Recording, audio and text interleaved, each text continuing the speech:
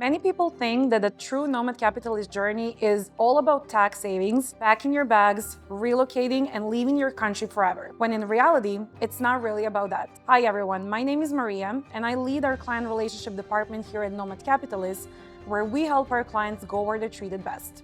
And today, I'm joined by Natalia from our research and development team, and we're going to be talking about the main benefits of a well-structured Plan B. So stay with us.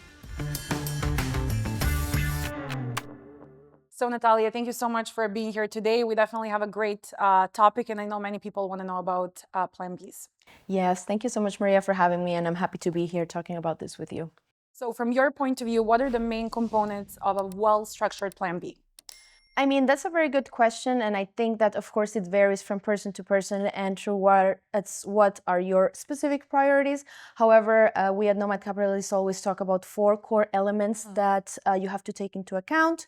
Of course, from the focus of diversification and planting flags all around the world. And these are, of course, the immigration. You also have a tax optimization component. You have an investments component and a banking component. And from this, you can structure your strategy. So if we take the taxes out of it, because they usually require some lifestyle change. So if we just focus on a Plan B meaning you're not going to leave your country, your kids are still going to the same school, your business is run in a similar way. So what would you emphasize as something that's the most important component? I mean, of course, like when you talk about immigration and about diversification, you have to keep the other aspects in mind. I would say that immigration is a great part of a Plan B strategy just because there are many benefits that come with having a residence permit, having a second citizenship, and it gives you access to so many opportunities and advantages worldwide that otherwise you wouldn't have. So if I'm speaking to a client, and obviously our first focus would be immigration or citizenship residency, that's a part of that. What would you say is in their disposal as options? Can they just pick and choose, or what countries or regions you would recommend depending on what their goals are?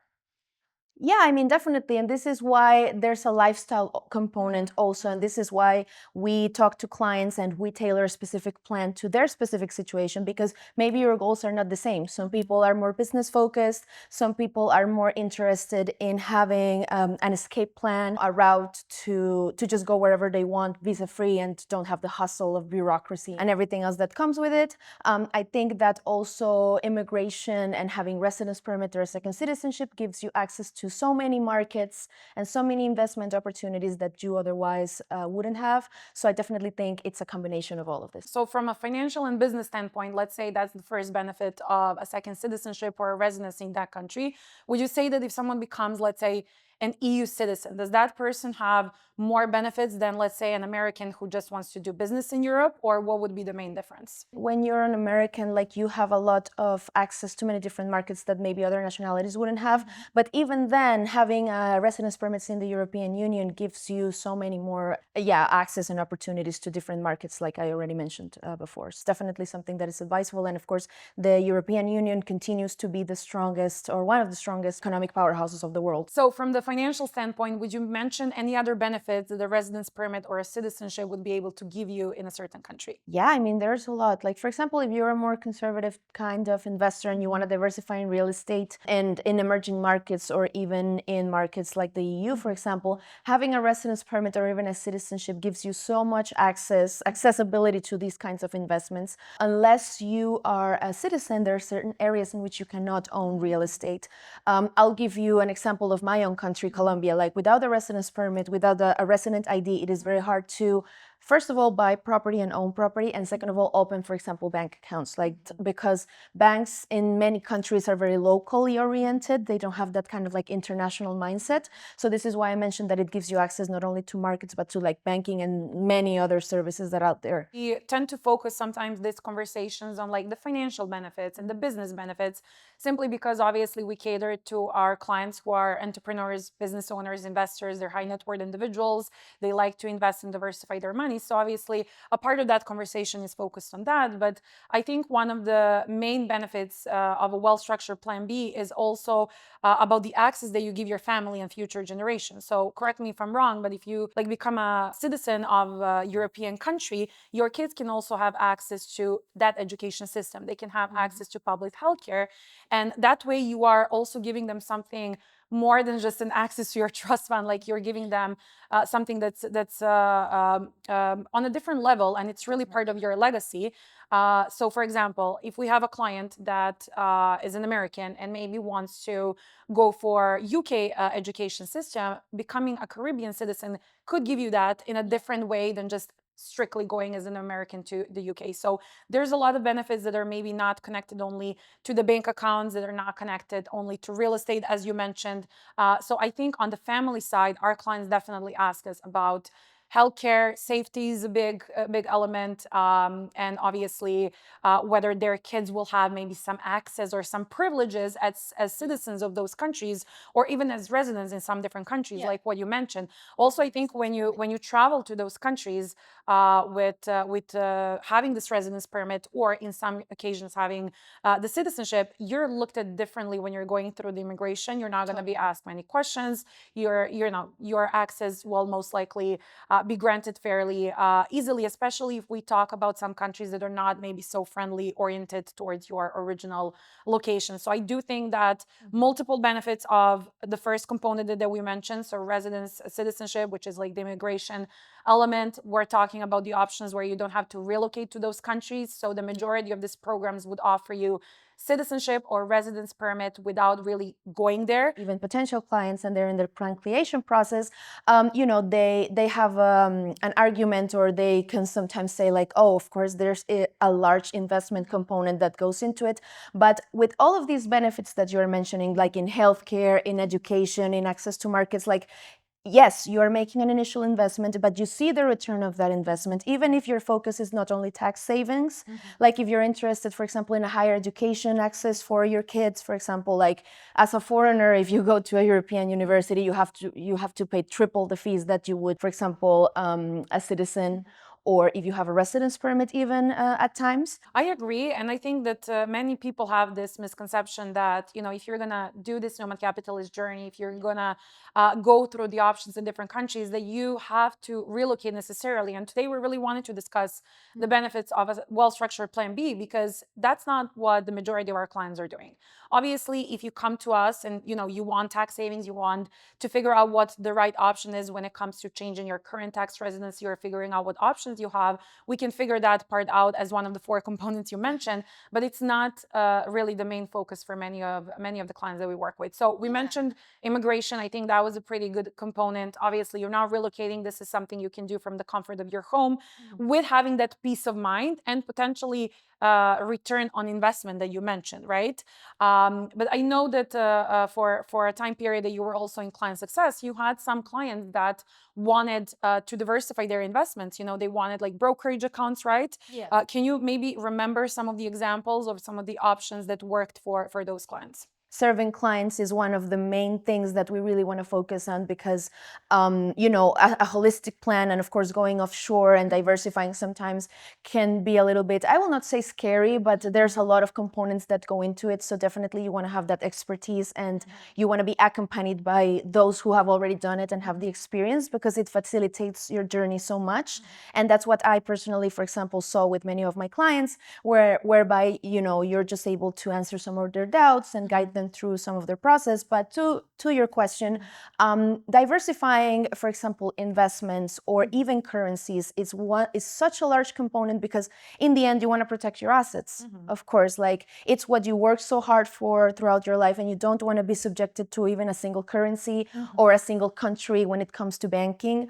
And for example, if you want to make investments in one of the oldest types of investments that there are, for example, precious metals, which continue to be one of the eligible options for many investors out there who want kind of like a safe kind of investment. Safe plan B. Yeah, a safe plan B, or just diversification in general. So, for example, we have connected clients with many different sellers of precious metals. We have opened, for example, vaults in which they can store them physically. If Singapore comes to mind as a great jurisdiction to do this, sometimes Hong Kong even as well. And the same goes with banking. Like maybe you have all your funds in US dollars, and of course, with everything that is going on in the world, you want to diversify on that. So we open up bank accounts that allow you to save in different kinds of currencies. You protect yourselves against inflation. You protect yourselves against the devaluation of certain currencies and so on. So that's definitely a really, really crucial aspects in terms of saving and optimizing those resources that you work so hard for.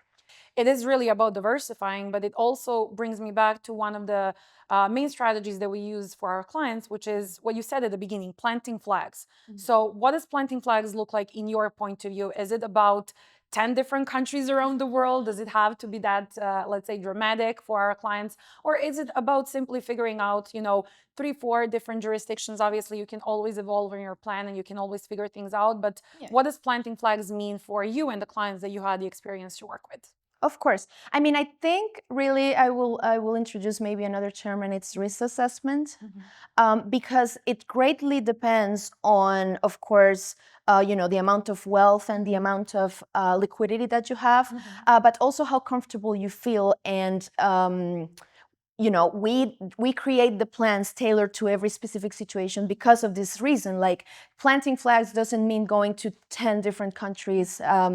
Each thing that goes into a plan and each component that the plan has comes with a reason and a purpose. And really, it's all about what objectives you have and what is actually going to benefit you the most, and not just, going at it without any proper guidance, or maybe like knowing the nuances that may come with some of these countries that maybe you hear about on the media. Maybe it's like the new thing, it's the thing that is trending, and then you think, oh, maybe this will work for me. But in reality, there may be better options out there that you were not even aware of. And to me, that's what planting flags means. We also have to figure out what country will serve the purpose that you're trying to achieve with that country. So one country can maybe be good for your residency because it does give you access to the type of lifestyle you want. And if we're talking about a plan B, we can choose a country where you don't necessarily have to relocate to right away. So maybe residence permit, residencies that don't really require like a lot of physical presence, exactly, in order for that to be achieved. Then you can figure out the citizenship as a part of this journey. And then obviously one country might be good for banking, as you said, one country might be good for real estate. So it's all about figuring those things together and how they really connect together. And that's really what a good and well-structured plan B is in our point of view. Like it has to address all of these points. And then if taxes ever become important to you, in a sense of you can actually do what needs to be done in order for you to have tax savings, which in many cases is about relocating your business or relocating yourself. When we do research in many different immigration programs, there is really like a consideration of sometimes you're investing more of your money, sometimes you're investing more of your time. So like you mentioned, some of these second residences or even second citizenships don't require your physical presence in order to obtain that passport. That maybe will be the escape route, or the solution that you will find to something that might happen in the future. We never know, what things can change in the world. But to your point, sometimes clients come to us and they say, okay, listen, I don't want to leave my country. I'm not willing to spend 3 months or 6 months in this specific country, but I have this amount of funds, or this area of the world interests me, this region. So then that's when we go at it and we say, okay, for example, maybe you're not willing to leave your country or spend a lot of time, but then you're willing to invest the funds, or the other way around as well. Maybe you want to get to know the world and travel, and that's something that we definitely help our clients with all the time. And as you are a part of our research and development team, I'm just curious to get your point of view on the immigration side of things. What are some of your favorite programs, and for what reason, you would say? Well, of course, we have like a very large research team now, which is something that I'm very proud of. But throughout my time in research, I have found some very interesting programs. And again, maybe it's not the right option for some people, but from some others is. And to me, for example, finding and getting to know the Dominican Republic residence programs and their fast-track citizenship was really great. And then it's also about finding these niche kind of countries or industries that are not so widely known, but that can actually bring you a lot of benefits. Of course, Panama has many residence options and investments, and it's an international hub worldwide. For example, I had the pleasure of researching Egypt's citizenship by investment from its early start, and I feel like they're really trying to innovate. And they're really trying to attract the right investments and the right people, and they want to improve all the infrastructure of the country. So I definitely think that, for example, for Middle East, this is a very interesting alternative, as well as Saudi Arabia. They have a very interesting residence by investment program that can even be for a lifetime.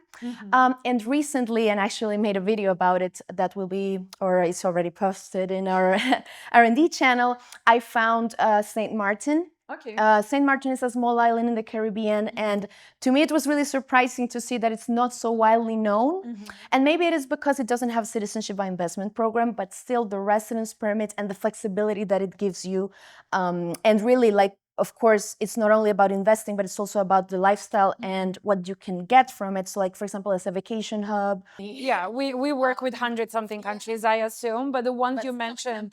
Exactly. The ones you mentioned sound pretty interesting. And I assume for a client that's looking at Plan B, he wouldn't necessarily have to relocate to these jurisdictions to take advantage of the programs you're mentioning, right? We emphasize a lot in doing things legally and ethically. And that's something that you always want to understand, because you want to really know or get to know how things actually work when you're going to actually implement something that goes so much more beyond what the law says, you know?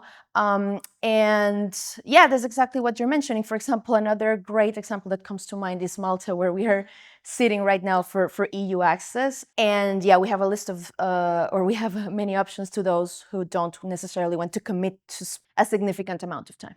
And I think that's very important, because when we do talk about having a well-structured Plan B, it is about giving you flexibility, it is about giving you freedom, it is about giving you security. So you are staying within your country, because at the moment that feels comfy, it feels safe, but you do have this peace of mind knowing that you have options elsewhere. And it's to your point, like when you have a Plan B, when you have a holistic strategy, you're able to say, I am not happy with this, I will go where I'm treated best, which of course is our motto.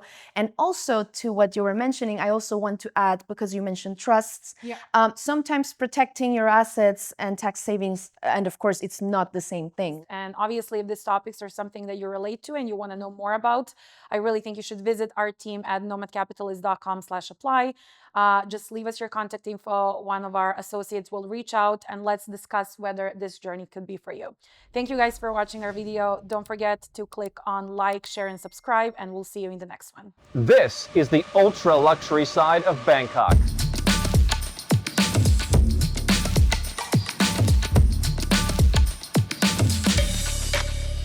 And showing you the hidden gems of Bangkok.